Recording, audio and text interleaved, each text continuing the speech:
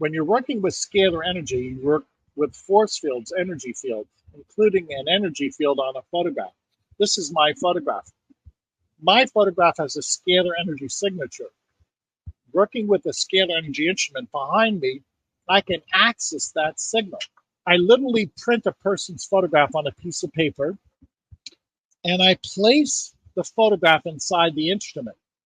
My photograph now is connected with the scalar energy force field. And in so doing, I can send information into the photograph, which is my force field. So I don't work with people, I work with energy fields, force fields. Mm-hmm.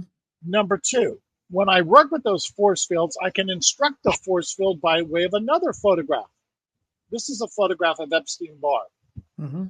If I wanted to eradicate Epstein-Barr in my force field, a photograph of Epstein-Barr would identify Epstein-Barr as a signal, and the instrument then would not only identify Epstein-Barr, but eradicate it in my force field, in my energy field.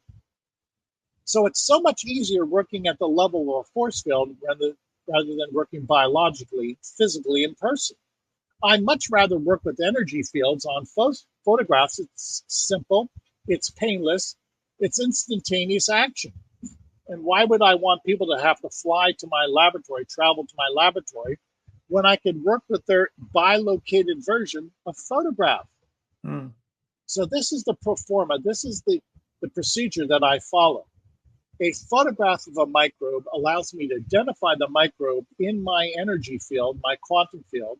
The instrument will not only identify Epstein-Barr as a signal, but will remove it, bring it to a state of chaos. Once the Epstein-Barr virus is reduced to a state of chaos, it ceases to exist. Now, people have to rely upon this, and ultimately, people provide their testimony. After I work with people, people say they no longer have any symptoms of Epstein-Barr.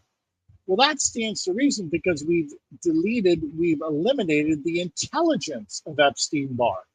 Gotcha. So does it work on frequency? So you're matching frequencies. Is that how it works? That's a good point. I don't use the term frequencies because that details cycles per second or some type of time frame. There's no time with scalar energy. So I simply call it a signature. But you're right. Everything in the universe has a unique signature or a fingerprint or unique type of signal. Epstein-Barr has a specific signal. If I have Epstein-Barr as a signal in me, this instrument finds that signal and reduces it to a state of chaos. So I use the term signature or signals. I try not to use the term frequency. Mm.